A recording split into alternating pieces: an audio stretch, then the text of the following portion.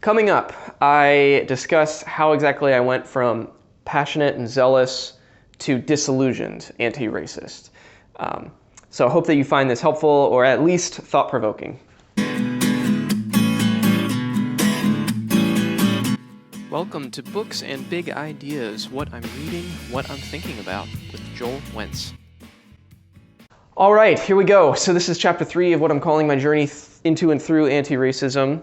I know this is just from feedback I've gotten. I know this is the part that probably the most people are interested and intrigued by, to see what I'm going to say, how I'm going to articulate this. And to be honest, it's also the part of this series of videos I've become the most nervous about sharing and the most nervous about talking about because of the charged nature of this topic. Nevertheless, I'm going to charge forward, charge ahead, press on, because I think it's really important. And my hope is that there are people who can resonate and take something from my journey and my story, and maybe be able to articulate some things for themselves. So that's really why I'm doing this.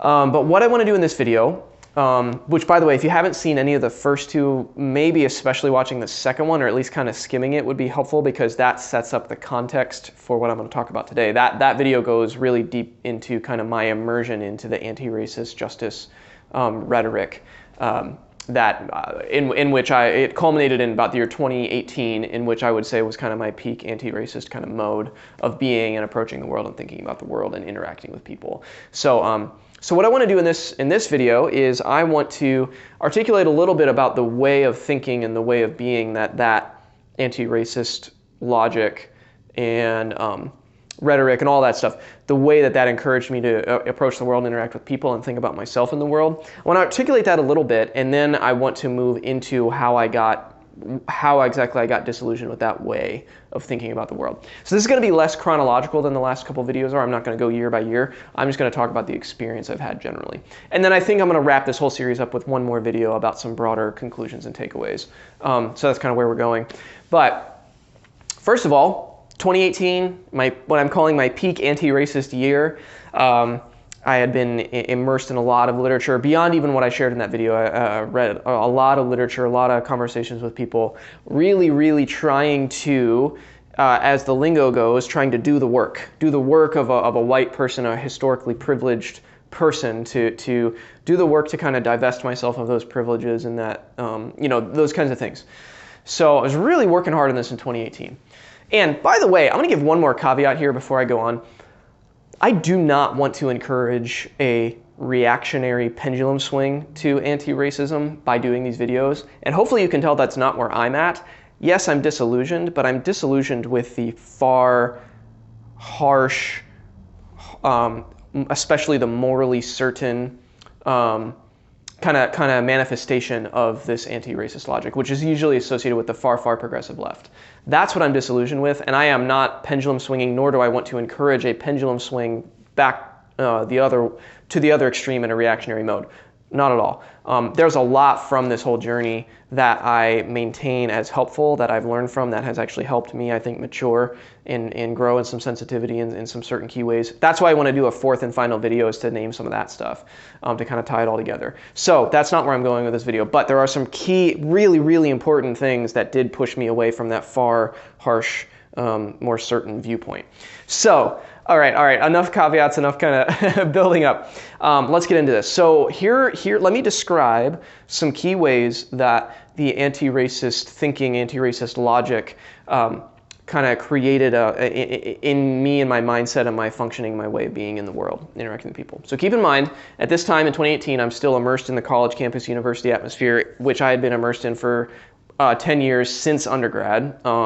So even more than that if you count my undergraduate years. And so I'm working with either school administrators or college students, mostly undergrad in different campuses, or my colleagues in the campus ministry organization that I was a part of, traveling kind of around New England especially. So I'm in these rooms, I'm interacting with lots of different people in that kind of sphere of culture. And I'm operating in a certain way because of the anti-racist lenses and understandings of the world that I imbibed. And what that means, I'm going to articulate a couple things about what that means. First of all, if you are immersed in this anti-racist thinking and logic, you become keenly aware of social structures, so big social structures, mostly around concepts like privilege and kind of historical oppression and marginalization. So big social structures that are bigger than any individual person or individual kind of choices even. So history, legacies of different unjust structures. Slavery, Jim Crow is a big one in the race conversation, right? So you're aware of these big social structures, things that you have inherited and things that you've stepped into, that it pre-existed you, that you didn't do anything to create, but nevertheless that you are part of now. So a very, very keen awareness of those kinds of things. Secondly, and related to that, you're very, very, very aware of what's called your social location within those social structures. So these are big concepts. I'm going to try to keep it really short and simple as much as I can, but you're aware of what identities you embody that are part of those big social structures. So for me, being white, being male, being straight, being Christian, being able-bodied, right, all these things, particularly though gender and race are kind of at the top of this kind of hierarchy of identities, but being all those things, you embody in yourself certain identities that are connected to these social structures and how, as the narrative goes, how they've been constructed to benefit certain identities at the expense of other identities. So you're keenly aware of these structures and your location within them. So as a white Christian man in my case, I am aware, very, very hyper aware that I am kind of constantly carrying around a privilege and a sense of authority and gravitas and power in these social structures that I didn't inherit, or that I didn't choose to take on, but that I just inherited, that I kind of stepped into, that pre-existed me. So you're hyper aware of all that. Also, you, on the flip side, kind of related to this, you're aware of how others have been historically marginalized and pushed out and silenced and not listened to. And so therefore, as you're kind of navigating the world in this way, you are at least for me, I tried to adopt a very listen first mindset, particularly when I'm in rooms, diverse rooms in which there's other people that are maybe of more marginalized identities. So women, LGBT people, other religions, people of color, right? When they're in the room and you occupy these historically privileged identities, you take on this. If you're trying to, quote, do the work again, you take on this listen first, sit back, don't be quick to speak, lest you be accused of, something like mansplaining or colonizing the space or taking up the space. These are all things that, get talked about. You just really want to sit back. You want to listen first, right? Now, to be clear, there's a good element of that. I think there's a good and healthy and maturing, growing in wisdom element of that, of just being aware of the effect that you have on people.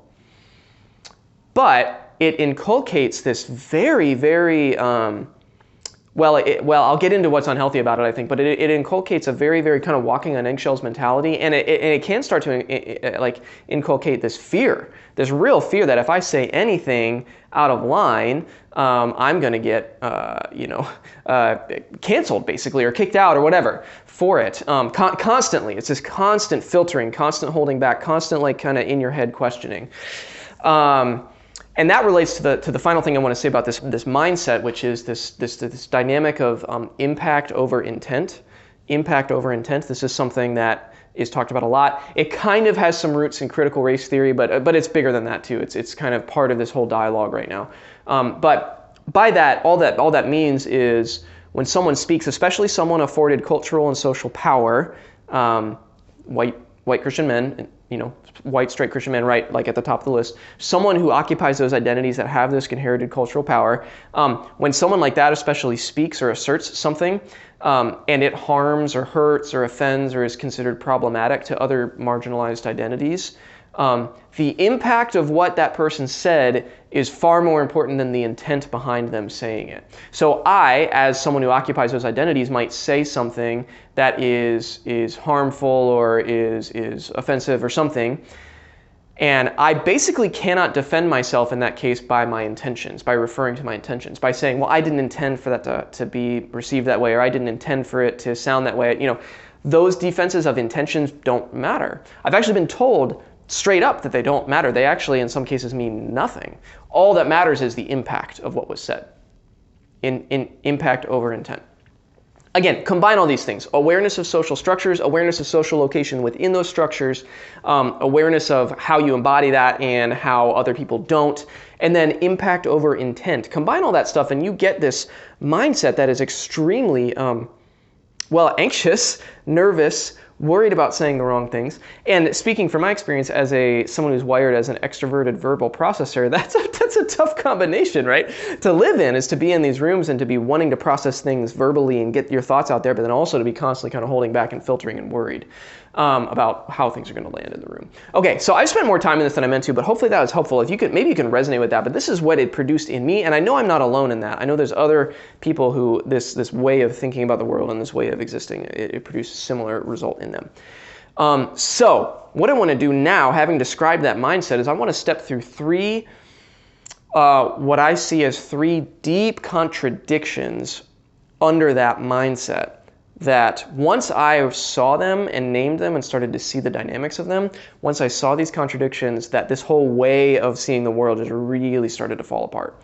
And this is why I think that ultimately this is not a healthy way of approaching the world in general, but this conversation specifically. So what are those contradictions? I'm going to try to step through this quickly. But contradiction number one is that white people, or people with power, people with social cultural power, in this case white people, especially white men, should listen first. They should listen, should just spend time hearing from marginalized people. But at the same time, white people need to speak because, as the logic goes, if change is going to happen, then the people with the social cultural power need to be the ones influencing the change. So they have to speak. So white people need to listen because they've spoken too much, but they also need to speak because they're the ones who need to affect the change.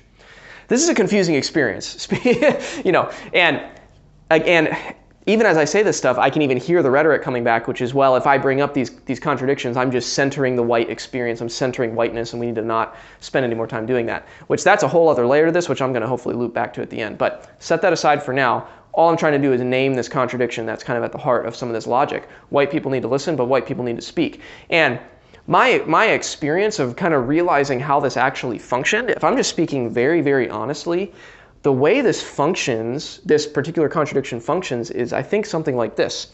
It's that white people, if they aren't on board with the hyper anti-racist, morally certain rhetoric and logic, if they're not on board yet, that's when they need to listen. And they basically need to keep listening until they're on board. And then when they're on board, then they need to speak. Then they need to speak to impact this change, this philosophical change in the world. That's how I experienced it. That's how, when I realized that's what was actually going on, that started to be kind of a crack in the foundations underneath what I was learning and how I was existing. So white people need to listen, but then white people need to speak. That's a contradiction. Contradiction number two has to do with power. Has to do with that, which is embedded in that first contradiction, which is that the white people have the power and therefore they need to exercise their power to affect social change. And the contradiction around power might be best illuminated by a quick example. So in 2018, there was a Monk debate, and two of the debaters were Michael Eric Dyson and Jordan Peterson. Two intellectuals, both of whom I respect, for different, they're very different, but I respect them both. And so I was interested in this debate. It was about political correctness. And you can look this up. You can look up this debate on YouTube, this particular interaction that I'm going to refer to. If you've seen this debate, you might know where I'm going with this. But at one point, Jordan Peterson and Michael Eric Dyson get pretty combative at a few points.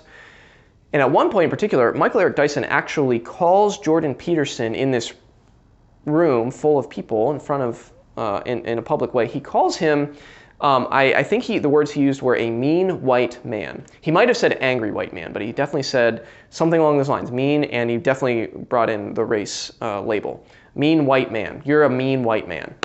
And when he said that struck me, and Jordan Peterson responded by, I think, basically saying he was appalled that he would be called that in front of this crowd. And now listen, I'm not like a Jordan Peterson fanboy apologist for all things Jordan Peterson. Some people are. I'm not. I respect him and I respect how he articulates himself. But let's set that aside. For the purposes of this particular example, Michael Eric Dyson referring to him that way struck me. And I realized upon further reflection that the reason it struck me was because I saw a massive asymmetry there between what one person could say and what one person couldn't say in this public setting.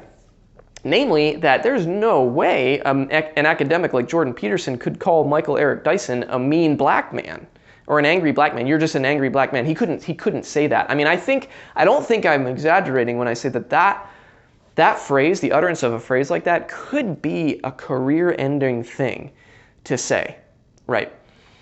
Because Jordan Peterson is white. Now, I can already hear the pushback to this. We can have all kinds of conversations about what's appropriate, good, bad, whatever, about what language people can use. We can have a conversation about that, but just bracket that to the side for a second. The point I'm trying to make in this example is that there's a serious power differential there in that particular example. And the contradiction at the heart of this power differential is that there are people like a Michael Eric Dyson, people that have significant social cultural power in this conversation about race and justice. And I've been in rooms, to take it out of the Jordan Peterson and Michael Eric Dyson example, I've been in rooms in which a person of color or someone in an otherwise marginalized kind of identity functionally has the most power in the moment, because the topic has come up and it's gotten tense and it's gotten difficult. And they are, for all intents and purposes, they are the most powerful person at that moment. They are the person that the room is going to listen to and hang on to and want to hear. They have the most power, and they are using and wielding and leveraging that power to assert that they are the most powerless person in the room. To be fair, I don't think many people realize or see that contradiction at the heart of it as they're exercising it. I certainly didn't until a lot further reflection. But there's a major contradiction in the use of the term power and powerlessness here. It gets almost like quasi-Orwellian in its like ways terms just don't mean the things that they should actually mean on the face of it, right? So I think we need, so this is a contradiction. The power and powerlessness and it's connected to the first contradiction, because that contradiction about white people listening and then speaking also has ideas about power embedded in it, who actually has the power, right? So that's contradiction number 2. Contradiction number 3, I'm trying to get through this. Contradiction number 3, and this for me, so those first 2 are really problematic on their own, but this third one for me, when you add this into the mix, this is where it starts to get, in my opinion, it gets kind of deadly and worrisome on a deep, deep, deep level. Dare I say, a spiritual level. And the contradiction is this: that white people, because by virtue of their inherited powers and privileges and cultural comforts and all of that, white people must repent. White people need to be ready to apologize profusely and repent for the privileges that they've inherited and the unjust histories that they're stepping into and they're born into. But, and here's the contradiction, white people cannot expect forgiveness from people of color, because to expect forgiveness from people of color is to demand emotional labor from them. This is a deep contradiction, and I think it's a dangerous one. I think we're playing with fire with this contradiction, and I'm going to give a short personal example to hopefully illuminate this. So a good friend of mine, I was at an event with about 100 colleagues. This is a couple years ago. It was around 2018, actually. And we were having a panel discussion. Several of my black colleagues were at the front of the room, and they were talking openly about their experiences of being a black person in our organization. It was a really valuable conversation, I thought. I learned a lot from it. But one of the individuals at the front of this panel was a good friend of mine whom I had worked closely with for years. And he was acknowledging and confessing his psychological burden that he carried constantly in pretty much every professional setting he was in. He constantly was carrying this burden about he felt this burden to appear twice as smart, to articulate himself twice as effectively, to just be twice as professional, to be super image conscious all the time, by virtue of the power dynamics in the room, about him being usually the only black person in the room. So he was acknowledging this, he was confessing it, and he was doing it in a very gentle, loving, he wasn't angry about it or condemnatory about it or accusatory at all. He just was opening up about this. And now this hit me because I'm sitting in there, and this is a person that I had been in the room with him for years at this point. And I'm playing the tape back in my mind and realizing, oh my word, I've been in the room with this person, this friend, this person I respect and care about, and I didn't realize he was carrying this burden all that time, all these years. And so that hit me on a personal level. And he very well may be watching this. We're still friends. I still think very highly of him. And so here's the point. I felt a burden to go up to him after this panel discussion was over and acknowledge to him that I heard him, that what he said impacted me. And I felt this welling up in me, a desire to apologize, or a desire to at least acknowledge that I probably impacted and furthered the dynamics that he was experiencing as difficult over the years. And now here is the tension. Here is the tension at the heart of this. I felt what I think was a loving, proper response to a confession from a friend to own and apologize and repent, if necessary, to any ways that I had been complicit in his experience. But on the other hand, I had this demand in the back of my mind because of this anti-racist logic that I had inherited or imbibed. I had this demand in the back of my mind about, but you better not expect him to forgive you. Do not expect him to forgive you, because that's going to be putting emotional burdens on him that he's already had to bear, and that's going to be harmful, and you're just going to be perpetuating a white supremacist power differential there, and it's going to be all about centering whiteness, all of that stuff.